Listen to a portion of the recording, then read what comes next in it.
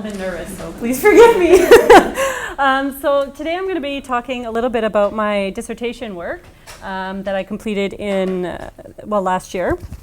And so that'll be some preliminary results, and my work actually focuses especially on interaction outside the classroom, and particularly interaction with peers. So I'll tell you a little bit about the background of the study and then what I'm going to talk about today.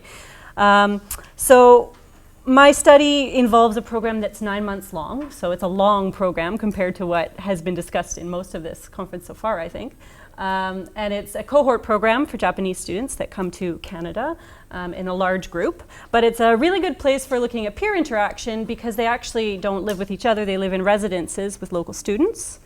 And then they also are encouraged to join language exchanges, group language exchanges, clubs, sports teams, etc. And they obviously have time to do that because they're there for a while. So to explore peer interaction in the second semester, when they had kind of formed some relationships, I asked them, 4 of them, to invite people that they were speaking English with regularly into the study and obtained consent from their friends as well. So then I was able to get recorded conversations of what they did outside the classroom, as well as their language exchanges in some cases. And then interviews with both the study abroad students, lots of interviews with study abroad students, so 3 times, but most of the time 2 interviews with their friends. So today I really want to focus on the peer interviews, and I'll tell you why in a moment. So this is just a little kind of overview of what the little networks basically looked like. So each one of these is the study abroad students, and then these were their friends that they recruited. So most of the time they were roommates and language exchange partners. And I've called them peers here and not native speakers, you'll notice, because most of them were not native speakers.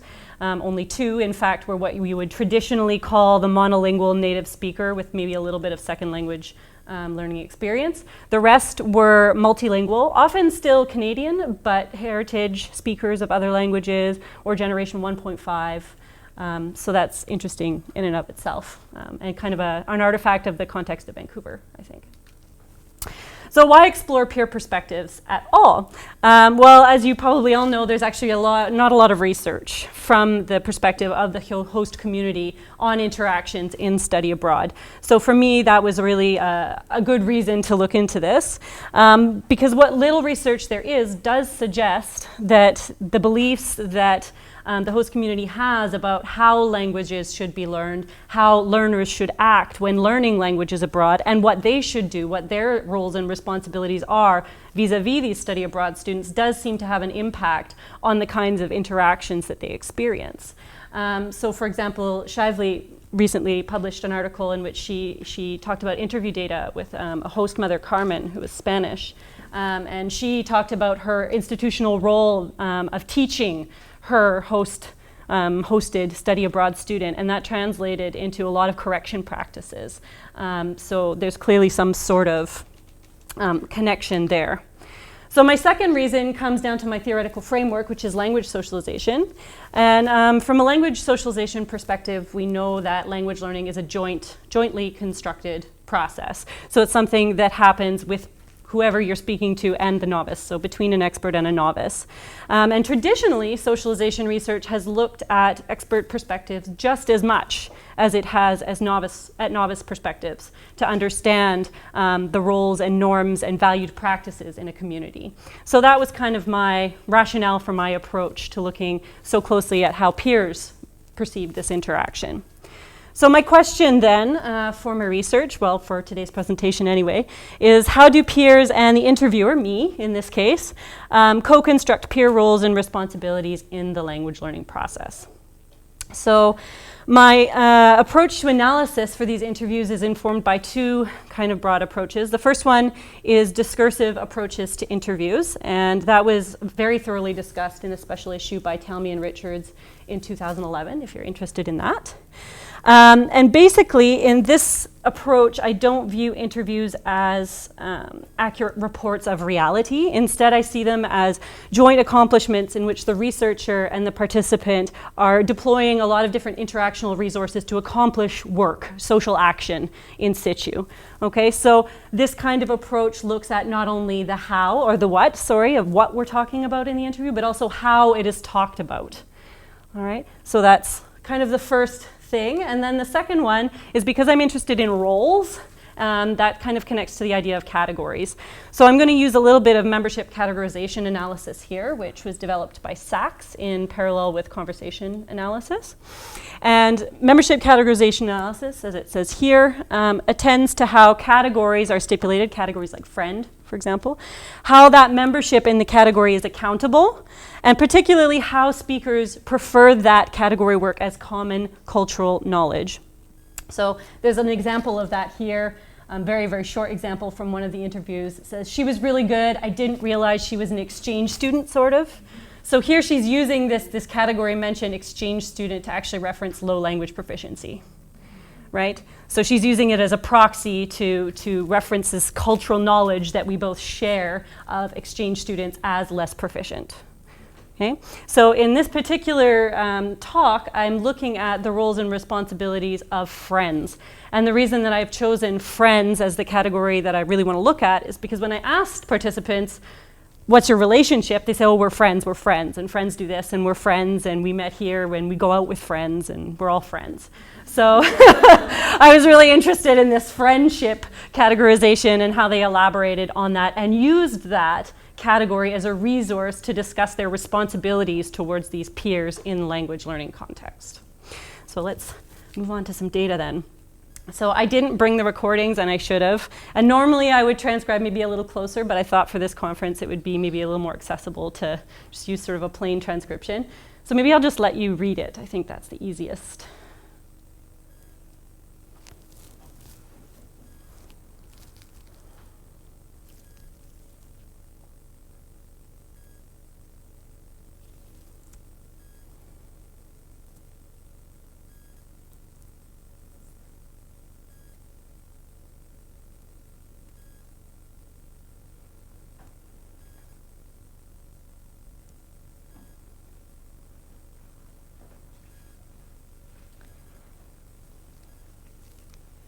Okay, so to give you a little bit of context here, this is an extract from a participant I call Bob. He chose his pseudonym.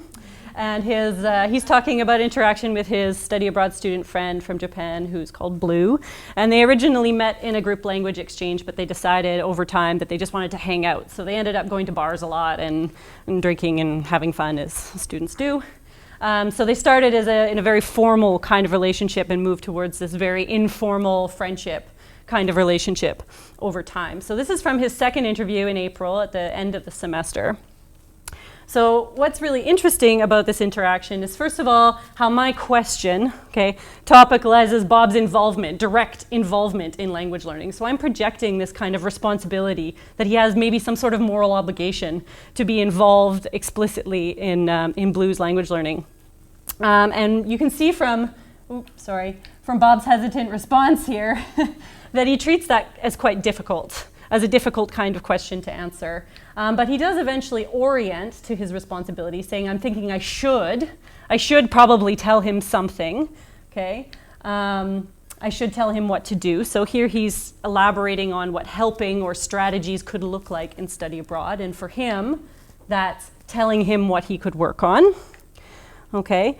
But then, of course, he admits here that he hasn't actually done that. So now he's oriented to this obligation and then admitted he hasn't done it. So now he's got himself in a quandary. He's basically constructed himself as a bad friend for not doing this. So he has to account for this some way. So he treats his behavior as accountable. And down here, we see the account with as a friend. So the way he gets out of this responsibility is by referring to his category membership as a friend. He says, as a friend, okay, so he's a friend. Friends don't do that. I'm very conscious not to correct somebody because it might hurt their confidence. So this little bit here as a friend, what this does is not only position him, but it also serves to frame all of this as something that's normatively connected to the category of friends, and as a normative resource and understanding that both he and I know that friends are not supposed to do that. Good friends don't correct other friends because that's not appropriate work. So here at Bob's accounting work, just to unpack that a little bit, first Bob is recognizing this moral implication that's implied by my question, right? That he should be giving this feedback. So he recognizes that it's desirable, but he didn't do it. So he needs a reason to say why he didn't. And his discourse that he uses is this idea, thank you, that friends don't do that. Friends don't correct friends. So in this context, being a good friend is offered by Bob as a legitimate account recognized by me for not correcting someone, even though correction is desirable. So I think that's quite interesting. So then let's unpack that a little bit. If friends can't correct friends, what can they do? In language learning, that's a really important question. And to actually deal with that question, I had to turn to some literature in conversation analysis in Finland, particularly work on the difference between epistemic and deontic obligations. And I don't know who's familiar with that, but I'll talk about them a little bit. So epistemic rights, obligations, authority status, etc. is related to knowledge, how much someone knows in a conversation and how they project that knowing through their interaction. So who is established interactionally as being more knowing than someone else. So if we think about Bob's extract, he oriented unproblematically to the idea that he was more knowing than Blue. So he said he could correct him, he could offer help, and of course Blue was the one that needed the help. So there's definitely this knowing and unknowing status that's being projected. But that doesn't account for why he can't correct him. So if he knows more, why not? Well, then I had to turn to deontic rights. So that's the right to actually impose or determine future action in an interaction, and it's intimately related to power. So for example, correction, an unsolicited correction, which reorients an interaction from the topic that was at hand to something else, could be an expression of deontic stance, okay? So imposing in that context. So now let's look at another interview with that in mind. So this one is from Elizabeth, and it doesn't actually mention the category friends, but I think you'll notice that there's predicates or sort of obligations, moral responsibilities that are evoked that position her as a friend here. And she did mention that her partner, Samantha, was an international friend. She called her an international friend throughout her interview, which is interesting in and of itself. So I'll let you read here.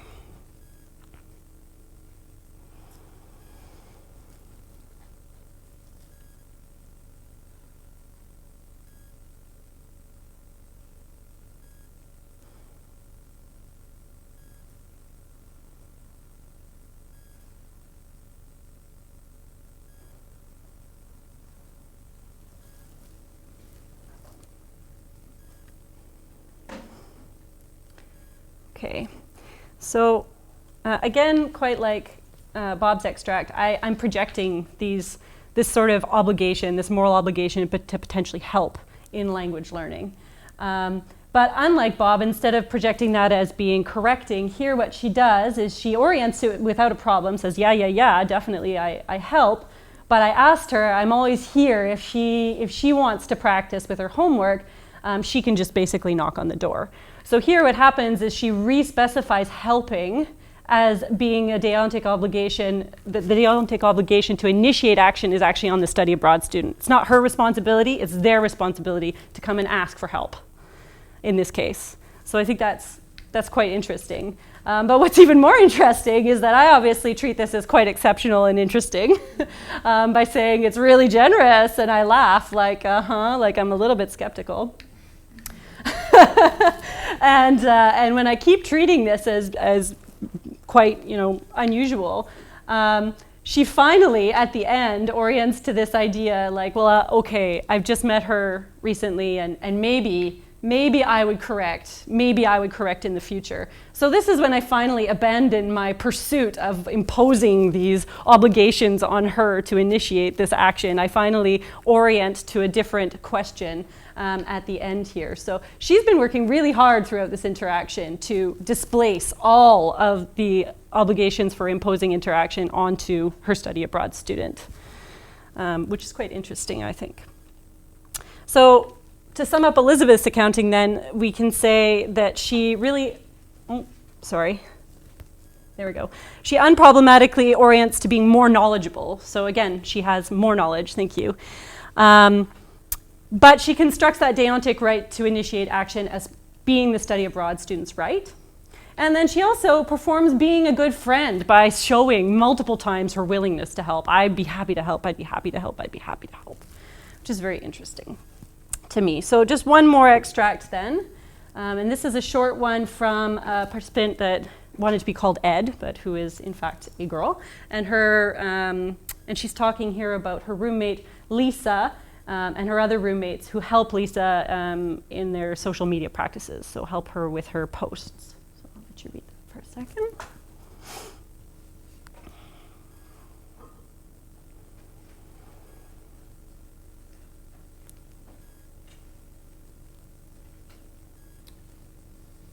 Okay. So in this one, we can see that she actually topicalizes this idea of correction, of imposing, of a deontic obligation, but she immediately treats it as problematic. So she says, sometimes we edit just, or like the things she writes, sometimes, only no, whenever she asks, but yeah. So it's only then treated as sufficient when she has accounted for this fact that it wasn't her that initiated it in the first place. So the fact that she recorrects that right away, really, it indicates the normative sort of characteristic of this ideology here. And she does it again here again. So when I problematize it here, we see again that she's very careful to ensure that she's rationalizing the fact that it was not her that started that correcting activity. It was actually her study abroad friend, Lisa, right? So overall, what did I find? Well, I found across my interviews in general that there was very complex accounting practices around this idea of deontic obligations. So as soon as that obligation to impose was topicalized, there was some really touchy stuff about who has the right to do what.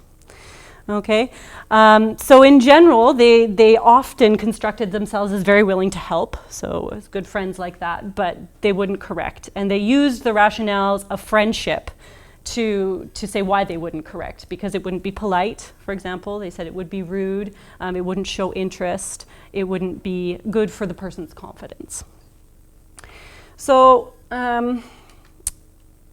yeah, that's good. So this actually kind of conflicts with some of the previous research on correction, especially in interaction outside the classroom, particularly in host family communities, where correcting practices were really a big thing in Europe. So that I don't know if that's a host family thing or a language thing. So this is English, which is a different context as well.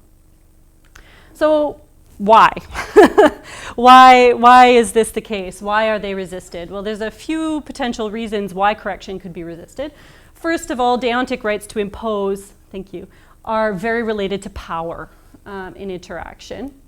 So institutional roles particularly are seen to normatively be linked in sort of corpuses of data to power and to imposing deontic rights. Correction is basically other initiated repair, and conversation analysis has been saying for years that in English sort of conversation between friends, that's a dispreferred kind of behavior. It's like always accountable in interaction. And then finally, we've seen in a lot of conversation analysis research that correction is often bound to being a teacher. Okay? So associated with the identity role or category of being a teacher. So perhaps peers don't want to be associated with that in this relationship, especially if they're trying to cultivate this relationship through the category of friend, which is what they were obviously trying to do in my interviews when I kept asking them, what's your relationship? Well, we're friends, we're friends, we're friends. So I guess my final food for thought then is, as researchers, we often are conceptualizing out-of-class interaction as being language contact or language practice. And the peers here were clearly, even in language exchanges, often not orienting to that at all. They were more orienting to issues of establishing relationships, friendships, and gossiping, a lot of gossip. So perhaps we need to think about that, and we need to think about whether it's reasonable for study abroad students to be expecting the kinds of teacher feedback that they might want from from peers. Again, I don't know if this is linked to English context in particular, but this is what I have found so far. I'm also really interested now in my future work to look to the study abroad student interviews and practices to see if they are being socialized into these discourses about you have to ask. You have to ask. And my preliminary sort of findings are that yes, they do show over the course of their interviews this realization that they have to ask for help, and they get better and better at it as they go. So I thought that was quite an interesting preliminary kind of look. So hopefully my future work will take me in that direction, and I thank you very much.